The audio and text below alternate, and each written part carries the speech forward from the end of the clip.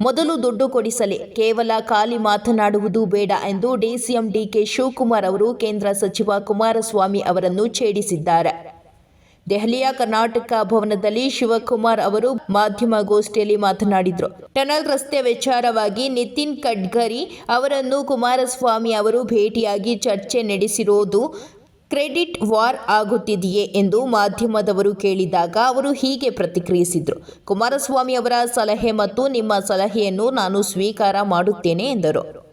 ಸದ್ಯಕ್ಕೆ ಸಚಿವ ಸಂಪುಟ ಬದಲಾವಣೆ ಕುರಿತು ಯಾವುದೇ ಚರ್ಚೆ ಇಲ್ಲ. ನಾವು ಬಂದಿರುವುದು ಅಭಿವೃದ್ಧಿ ವಿಚಾರಗಳನ್ನು ಚರ್ಚೆ ನಡೆಸಲು.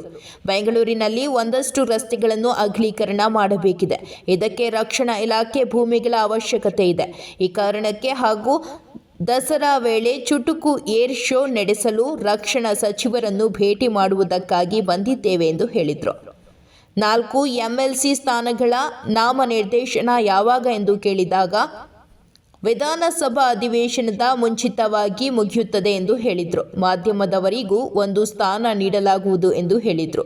ಸೋನಿಯಾ ಗಾಂಧಿ ಅವರನ್ನು ಭೇಟಿಯಾಗಿಲ್ಲ. ಹಿರಿಯ ನಾಯಕರ ಭೇಟಿಗೆ ಸಮಯ ಕೇಳಿದ್ದೇನೆ. ಸಮಯ ನೀಡದಿದ್ದರೆ ಯಾರನ್ನು ಭೇಟಿಯಾಗಲು ಆಗುವುದಿಲ್ಲ. ರಾಹುಲ್ ಗಾಂಧಿ ಅವರು ಪಾಟ್ನಾಗೆ ತೆರಳಿದ್ದಾರೆ ಎಂದು ತಿಳಿಸಿದರು. ಬೀದರ್ನ ಸಣ್ಣ ನೀರಾವರಿ ಇಲಾಖೆಯ ಎಫ್ಡಿಎ ಅವರು ಆತ್ಮಹತ್ಯೆ ಮಾಡಿಕೊಳ್ಳುವುದಾಗಿ ವಿಡಿಯೋ ಹರಿಬಿಟ್ಟಿರುವ ಬಗ್ಗೆ ಕೇಳಿದಾಗ ಈ ವಿಚಾರ ನನಗೆ ತಿಳಿದಿಲ್ಲ. ಮಾಹಿತಿ ತಿಳಿದು ಮಾತನಾಡುತ್ತೇನೆ ಎಂದರು.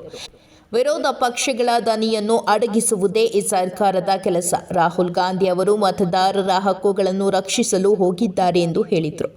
ಮಹಾರಾಷ್ಟ್ರದಲ್ಲಿ ಭಾಷಾ ಸಂಘರ್ಷದ ಬಗ್ಗೆ ಪ್ರತಿಕ್ರಿಯಿಸಿದ ಅವರು, ಇದು ಆಯಾ ರಾಜ್ಯಕ್ಕೆ ಸಂಬಂಧಪಟ್ಟ ವಿಚಾರ. ಅದರ ಬಗ್ಗೆ ನಾನು ಮಾತನಾಡುವುದಿಲ್ಲ. ನಾವು ಕನ್ನಡ ಮತ್ತು ಇಂಗ್ಲಿಷ್ಗೆ ಪ್ರಾಮುಖ್ಯತೆ ನೀಡುತ್ತೇವೆ ಎಂದು ಹೇಳಿದರು.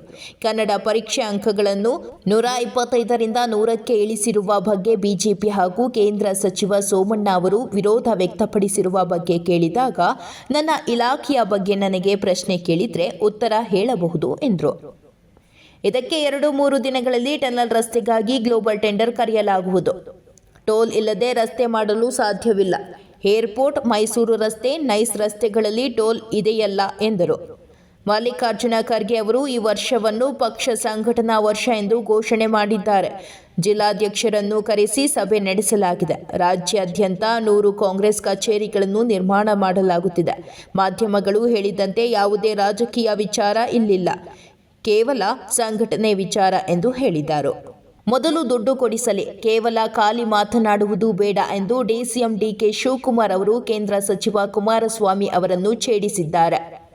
ದೆಹಲಿಯ ಕರ್ನಾಟಕ ಭವನದಲ್ಲಿ ಶಿವಕುಮಾರ್ ಅವರು ಮಾಧ್ಯಮಗೋಷ್ಠಿಯಲ್ಲಿ ಮಾತನಾಡಿದರು. ಟನಲ್ ರಸ್ತೆ ವಿಚಾರವಾಗಿ ನಿತಿನ್ ಗಡ್ಕರಿ ಅವರನ್ನು ಕುಮಾರಸ್ವಾಮಿ ಅವರು ಭೇಟಿಯಾಗಿ ಚರ್ಚೆ ನಡೆಸಿರೋದು ಕ್ರೆಡಿಟ್ ವಾರ್ ಆಗುತ್ತಿದೆಯೇ ಎಂದು ಮಾಧ್ಯಮದವರು ಕೇಳಿದಾಗ ಅವರು ಹೀಗೆ ಪ್ರತಿಕ್ರಿಯಿಸಿದರು.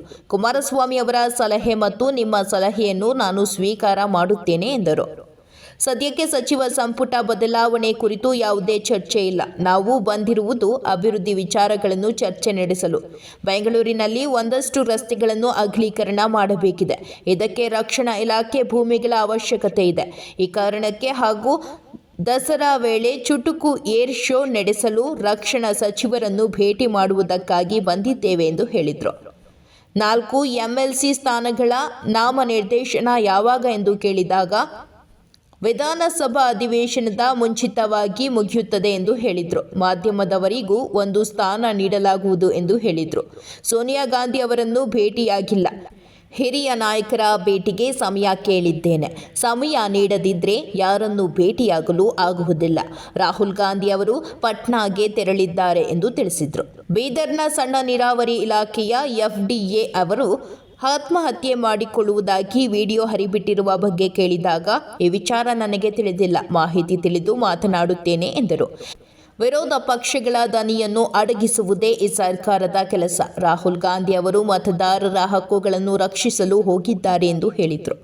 ಮಹಾರಾಷ್ಟ್ರದಲ್ಲಿ ಭಾಷಾ ಸಂಘರ್ಷದ ಬಗ್ಗೆ ಪ್ರತಿಕ್ರಿಯಿಸಿದ ಅವರು, ಇದು ಆಯಾ ರಾಜ್ಯಕ್ಕೆ ಸಂಬಂಧಪಟ್ಟ ವಿಚಾರ, ಅದರ ಬಗ್ಗೆ ನಾನು ಮಾತನಾಡುವುದಿಲ್ಲ. ನಾವು ಕನ್ನಡ ಮತ್ತು ಇಂಗ್ಲಿಷ್ಗೆ ಪ್ರಾಮುಖ್ಯತೆ ನೀಡುತ್ತೇವೆ ಎಂದು ಹೇಳಿದರು. ಕನ್ನಡ ಪರೀಕ್ಷೆ ಅಂಕಗಳನ್ನು 125ರಿಂದ 100ಕ್ಕೆ ಇಳಿಸಿರುವ ಬಗ್ಗೆ ಬಿಜೆಪಿ ಹಾಗೂ ಕೇಂದ್ರ ಸಚಿವ ಸೋಮಣ್ಣ ಅವರು ವಿರೋಧ ವ್ಯಕ್ತಪಡಿಸಿರುವ ಬಗ್ಗೆ ಕೇಳಿದಾಗ, ನನ್ನ ಇಲಾಖೆಯ ಬಗ್ಗೆ ನನಗೆ ಪ್ರಶ್ನೆ ಕೇಳಿದರೆ ಉತ್ತರ ಹೇಳಬಹುದು ಎಂದರು. ಇದಕ್ಕೆ 2-3 ದಿನಗಳಲ್ಲಿ ಟನಲ್ ರಸ್ತೆಗಾಗಿ ಗ್ಲೋಬಲ್ ಟೆಂಡರ್ ಕರೆಯಲಾಗುವುದು. ಟೋಲ್ ಇಲ್ಲದೆ ರಸ್ತೆ ಮಾಡಲು ಸಾಧ್ಯವಿಲ್ಲ. ಏರ್ಪೋರ್ಟ್, ಮೈಸೂರು ರಸ್ತೆ, ನೈಸ್ ರಸ್ತೆಗಳಲ್ಲಿ ಟೋಲ್ ಇದೆಯಲ್ಲ ಎಂದರು. ಮಲ್ಲಿಕಾರ್ಜುನ ಖರ್ಗೆ ಅವರು ಈ ವರ್ಷವನ್ನು ಪಕ್ಷ ಸಂಘಟನಾ ವರ್ಷ ಎಂದು ಘೋಷಣೆ ಮಾಡಿದ್ದಾರೆ. ಜಿಲ್ಲಾಧ್ಯಕ್ಷರನ್ನು ಕರೆಸಿ ಸಭೆ ನಡೆಸಲಾಗಿದೆ. ರಾಜ್ಯಾದ್ಯಂತ 100 ಕಾಂಗ್ರೆಸ್ ಕಚೇರಿಗಳನ್ನು ನಿರ್ಮಾಣ ಮಾಡಲಾಗುತ್ತಿದೆ. ಮಾಧ್ಯಮಗಳು ಹೇಳಿದಂತೆ ಯಾವುದೇ ರಾಜಕೀಯ ವಿಚಾರ ಇಲ್ಲಿಲ್ಲ, ಕೇವಲ ಸಂಘಟನೆ ವಿಚಾರ ಎಂದು ಹೇಳಿದರು.